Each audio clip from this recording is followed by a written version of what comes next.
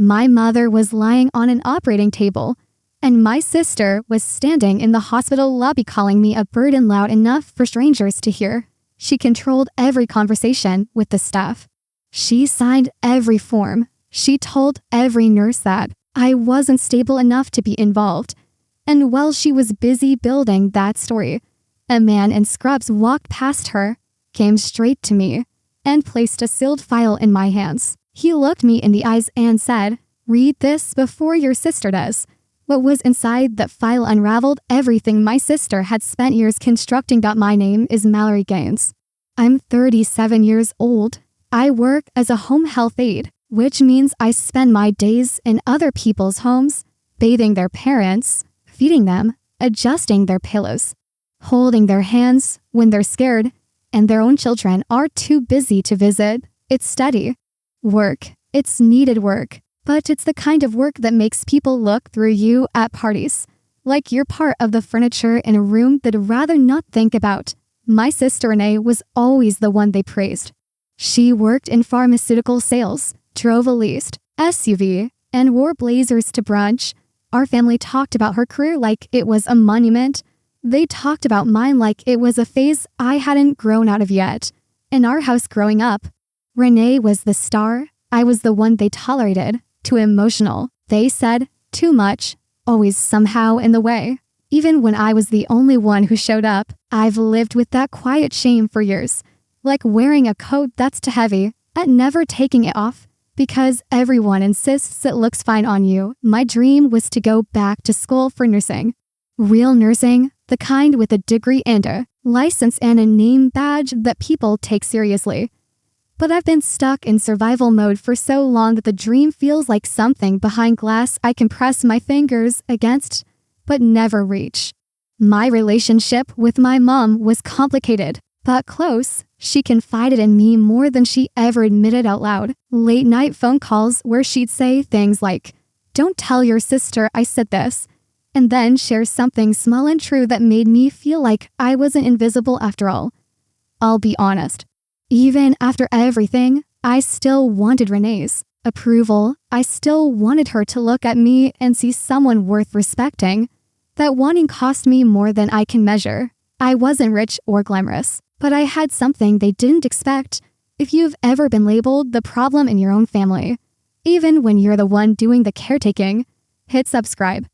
Have you ever been called a burden just for needing honesty? Click hype or like if you believe the truth has a way of finding the right person. Because that sealed file changed my life. The text came at 6 in the morning. I was already awake because that's how my body works now. Years of early shifts have trained me to open my eyes before the alarm. My phone buzzed on the nightstand and Renee's name lit up the screen. "Mom's in surgery. Don't freak out." That was it. No details, no hospital name. No explanation of what happened or why nobody had called me before she was already on the table. I texted back 3 times. No response. I called twice. Straight to voicemail. I figured out which hospital through my mom's primary care doctor's office. Drove 30 minutes in traffic with my pulse hammering in my temples. And walked through the automatic doors of St. Catherine's Medical Center smelling like hand sanitizer and fear. Renee was already at the nurse's station. She had paperwork spread across the counter and was talking over a nurse who was clearly trying to explain something when she saw me.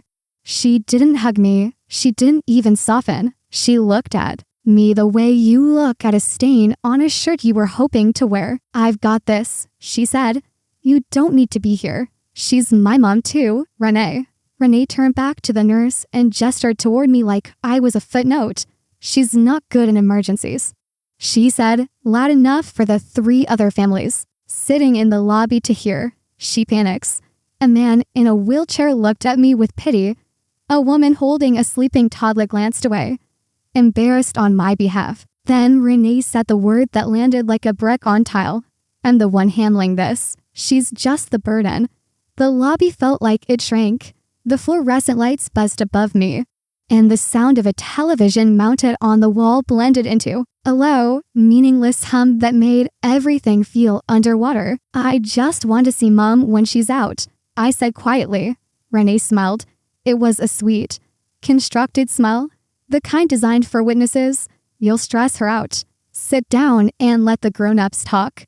I sat. I hated myself for sitting, but I sat. 20 minutes later, I heard Renee on the phone in the corner of the waiting room. She wasn't whispering carefully enough. I caught phrases, power of attorney, selling mom's house if we have to. Before she gets too involved, I stood up and walked over. Why are you talking about her house right now? She's in surgery. Renee didn't flinch. Because someone has to be realistic. You can't even afford your own place, Mallory, so maybe let the person who understands finances handle this. Before I could respond, a hospital staff member appeared at my side, a woman, in ruined scrubs with a name badge I couldn't read. She said my name, Mallory Gaines. Yes. Could you step into the side office for a moment? Renee's eyes narrowed. She grabbed my arm. Not hard, but firm enough to send a message. Don't make a scene, she hissed. I swear to God. I pulled my arm free and followed the woman down a short corridor that smelled like floor cleaner and stale coffee. Round the corner, a man in surgical scrubs was waiting. He was holding a manila envelope, sealed with tape. My name written across the front in handwriting I didn't recognize. He looked at me carefully, the way someone looks at you when they're about to hand you something heavy. This is yours, he said. You need to read this before your sister does. I stood in that corridor holding the sealed envelope like it was a living thing. My hands were trembling. But before I could even think about opening it, I had to go back. Out there, Mom was still in surgery. Renee was still at the front desk, and the battle for control was already underway. When I returned to the nurse's station, Renee had positioned herself like a gatekeeper. She was leaning on the counter, talking to the charge nurse with the easy authority of someone who believed every door was built for her. Only talk to me, she told the nurse. I'm the primary contact. My sister is unequipped to handle this. I stepped forward. I'm her daughter too. Renee didn't even turn her head. Not the one who matters. The nurse looked uncomfortable. She glanced between us like someone watching a car accident in slow motion, wanting to help, but not sure which direction to run. An hour later, Renee slid a piece of paper across a waiting room chair toward me. Send this, she said. It's for insurance. I picked it up. It wasn't an insurance form. It was a consent to share medical information and a preliminary authorization for asset review tied to my mother's care costs. I read every line. Renee huffed. Just sign. Stop slowing things down. Let me read it. You don't understand paperwork. Mallory, you never have. That's why you empty bedpans for a living. I set the paper down unsigned. Renee stared at me, then picked up her phone and walked to the far side of the waiting room. I could hear her voice, low but sharp, calling relatives one by one. I'm here alone, she told Art and Carol. Mallory showed up, and she's being dramatic. Like always, 20 minutes later, my phone buzzed. A text from our cousin Dwayne. Why are you stressing your sister out right now? She's trying to handle things. I read it twice. Then I read it a third time, letting the shape of the trap settle over me. Renee was building a narrative in real time. Every call, every whisper, every sigh she performed for the nurses and the relatives and the strangers in the waiting room was another brick in a wall designed to keep me out. I was grieving. I was scared for my mom, and I was being painted as useless while my hands were still warm from holding a dying woman's fingers at work that morning. But something had shifted. I didn't yell. I didn't cry. I walked to the charge nurse's station and waited until she was free. Can you tell me who is legally authorized to make medical decisions for my mother? I asked. And what are the rights of a family member who wants to be involved in care? The nurse nodded and began explaining. Behind me, I felt Renee watching. I noticed something then. Every time the word paperwork came up, every time a form was mentioned or a legal question was raised, Renee's body language changed. Her shoulders tightened. Her smile got sharper. She fidgeted with her phone like she was waiting for a call she didn't want to come. I walked to the restroom at the end of the hall. I went into the last stall and locked the door. The towel was cold under my shoes, and the faucet in the next stall dripped with a slow, rhythmic tap that sounded like a metronome counting down to something. I pulled the sealed envelope from my bag. I held it in both hands and stared at my name written across the front. Whatever was inside could either set me free or burn down the last remaining bridge between me and my sister. I slid it back into my bag, unopened. Not yet. What they didn't know was that I'd spent years watching how people hide behind the word family to control the truth. My job taught me that when you work in home healthcare, you learn fast that documentation isn't optional. It's survival. You chart everything, every medication given, every bruise noticed, every change in behavior, every conversation with a family member who shows up smelling like wine and insisting their parent is fine. I kept dates. I kept times. I kept signatures, not because I was paranoid, but because I'd seen what happens when there's no record and someone with louder confidence rewrites the story. The sealed file in my bag wasn't gossip. It wasn't a rumor someone scribbled on a napkin. It was a formal packet. When I finally looked at the outside more carefully, I could see the hospital's logo stamped across the seal.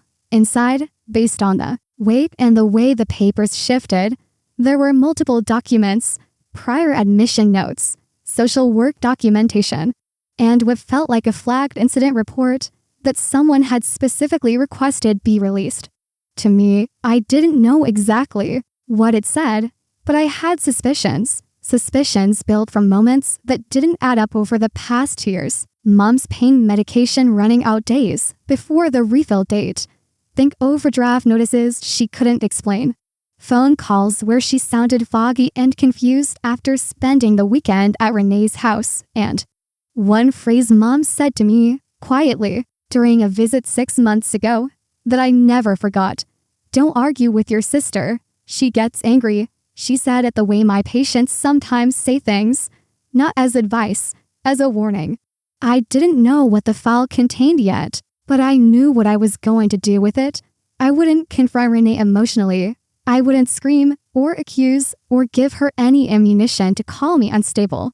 I would verify everything through proper channels, the way I'd been trained, the way I documented every shift, every patient, every detail that might matter later. I slid the file deeper into my bag and zipped it closed. If I open this, there's no going back. I called Mr. Klein from the hospital parking lot at 4 in the afternoon. The asphalt was hot enough to shimmer, and the sound of an ambulance siren in the distance made my chest tight as I pressed the phone against my ear. Mr. Klein had been my mother's attorney for over a decade. He handled small things, a property dispute with a neighbor, an updated will after my father passed, a notarized letter about a savings bond. He wasn't flashy. He was precise. And he remembered things that other people forgot on purpose. I think my sister's trying to take control while Mom can't speak, I said. My voice shook, and I let it. Mr. Klein asked questions the way a surgeon uses a scalpel, clean, targeted, no wasted movement. "Does your mother have a current power of attorney?" "I don't know. Renee says she does." "Who witnessed it?" "Where's the original?" "I don't know that either." "Then we need to find out before your sister files anything." He told me not to sign a single document. He told me to request a patient advocate or a social worker through the hospital immediately. He told me to bring the sealed file to him that same day, unopened, so its credibility stayed intact. When I walked back inside, Renee had settled deeper into her role. She was sitting in the lobby chair closest to the nurse's station, legs crossed, phone in hand, looking like a woman who had already won whatever game she was playing. "I already talked to billing," she said when she saw me. "I'm listed as contact. They listened to me." She looked me up and down. "You're not needed here. Mallory, go home." I didn't go home. I walked to the information desk and asked for the hospital social worker. 20 minutes later, a woman with kind eyes and a lanyard full of credentials appeared. Her name was Mrs. Torres. Renee's face tightened the moment she saw her. You could see the shift, Renee could bulldoze me. She could manipulate cousins over the phone, but she couldn't bully a hospital-appointed professional who had seen this exact situation hundreds of times before. Mr. Klein scheduled to meet me at his office at 6 that evening. Bring the file, he said, and opened. We look at it together. I agreed. At the elevator bank, Renee caught up with me. She stood close enough that I could smell her perfume. Something sharp and expensive that burned the inside of my nose. If you're planning something, she said, her voice low and flat, I'll make sure you regret it. I looked at her, my sister, the person I'd spent my whole life trying to impress, and I understood, finally, that this was bigger than sibling drama. This was about power, and she was afraid of losing it. 2 days later, Mom came home. The surgery had gone well. She was weak, tired, and foggy from medication, but she was lucid enough to recognize faces and answer questions. Renee had installed herself in Mom's house like a commanding officer. She controlled the pill bottles on the kitchen counter. She sorted the mail before anyone else could see it. She decided who visited and when, posting herself by the front door like a sentry in a cashmere sweater. I arrived at 11 in the morning. I wasn't alone. Mr. Klein walked beside me, carrying a leather briefcase that looked older than I was. Behind us was Mrs. Torres, the hospital's social worker, who had agreed to be present as a neutral witness after reviewing the circumstances of Mom's case. Renee opened the door and froze. Her eyes moved from me to Mr. Klein to Mrs. Torres and back to me. Why did you bring him here? She said. This is private. Private is how you've been moving, I said. Mr. Klein stepped inside calmly. He introduced himself to Renee. Though she already knew who he was, he explained that they were there to clarify medical directives while Mom was lucid, and to ensure that no coercion was occurring in the management of her care or her affairs. We're here to confirm capacity, he said, and to make sure your mother's wishes are being followed, not overridden. Renee crossed her arms. This is ridiculous. I've been taking care of everything. That's precisely what we'd like to verify, Mr. Klein said. Mom was sitting in her recliner in the living room. She looked small. The television was off, and the room was quiet except for the ticking of the mantel clock that had sat above the fireplace since I was a child. Each tick felt louder than the last. Mr. Klein asked me if I was ready. I nodded. I unzipped my bag and pulled out the sealed file. I broke the seal carefully, in front of everyone, the way Mr. Klein had instructed. The first page was a summary of prior hospital admissions. The second was a social work assessment. The third was an incident report, flagged and dated 8 months earlier. It described a visit where my mother had been brought to the emergency room by Renee after a fall at home. The attending notes described Mom as confused, disoriented, and expressing fear about returning home. A nurse had documented that Mom's medication schedule appeared altered, with dosages inconsistent with what had been prescribed. A social worker had noted concerns regarding medication management and possible coercion by her family member who controls access to prescriptions and finances. And clipped to the back of the packet was a sign request form my mother had filled out during that same visit, asking that all future medical information be released to one person. Me, Mallory Gaines, listed as preferred contact. Renee's face went white. That's not what happened, she shouted. She's twisting everything. Mom was confused. I was helping her. I've always been helping her. The room was still. Mrs. Torres took notes without looking up. Mr. Klein watched Renee carefully. Then Mom spoke. Her voice was thin. It cracked on the first word, but it was clear. Renee, you told me not to tell anyone. She paused, breathing slowly, each breath visible in the rise and fall of the blanket on her lap. You said Mallory would ruin everything. Renee opened her mouth. Nothing came out. Mom looked at me. Her eyes were wet. I should have told you sooner. Baby, I was scared. Mr. Klein placed updated legal paperwork on the side table beside Mom's recliner. Healthcare proxy documents, clear, witnessed, and ready for signature. Mom had already expressed her wishes during her earlier hospital visit. No, with witnesses present, with a social worker and an attorney in the room. She confirmed them. She named me. Renee stood in the center of that living room, arms at her sides. And for the first time in my life, I watched her realize that the controls she had built, brick by careful brick, had just been dismantled in front of the only audience that mattered. I didn't celebrate. There was nothing to celebrate. My mother was recovering from surgery. My sister was unraveling.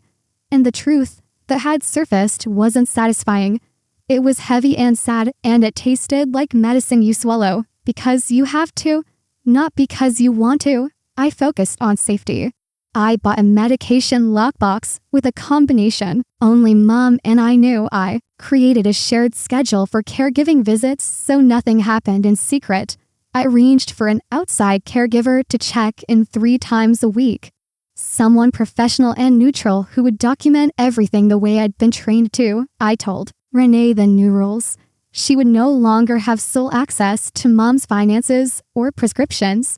All communication about Mom's care would go through a group message that included Mr. Klein.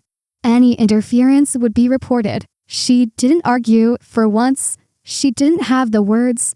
Mom apologized to me on a quiet evening when it was just the two of us. The house smelled like the lavender lotion I'd been rubbing into her hands. And the light through the window was soft and gold. I let her run things because I was afraid of the fighting. She said, "I'm sorry, Mallory." "I know, Mom." I held her hand. It felt like paper, thin and warm and fragile. I enrolled in one class at the community college the following week, Introduction to Anatomy and Physiology. Just one class, but it was mine. I grieved the sister I wished I had. The one who would have sat beside me in that waiting room instead of standing guard against me. That sister never existed. And accepting that was the hardest part of all of this. But I chose truth over fantasy. I chose steady ground over a bridge that was always burning. I wasn't the burden. I was the backup plan they never respected until I became the protector they couldn't push aside. If you've ever been the caregiver and still got treated like the problem, especially during a hospital emergency when you were terrified and exhausted and doing everything you could, I need you to hear this. You're not crazy. You're not too much. And the fact that you showed up when it was hard is not something to apologize for. Subscribe if you're learning to stand up without screaming. And share your story in the comments. Has someone tried to push you out while a parent was vulnerable? Has anyone used a crisis to grab control while you were too scared to fight back? I want to hear what happened. Click hype to help this story reach others who need it. If this story meant something to you, I want you to know that sharing it forward is one of the most powerful things you can do. Subscribe so you don't miss what's coming next. Click hype, because every single one helps empower someone else who's sitting in a hospital waiting room right now feeling exactly the way I felt. Thank you for listening. Thank you for being here. Drop a comment and tell me your experience, because your story deserves to be heard just as much as mine. You are not a burden. You never were.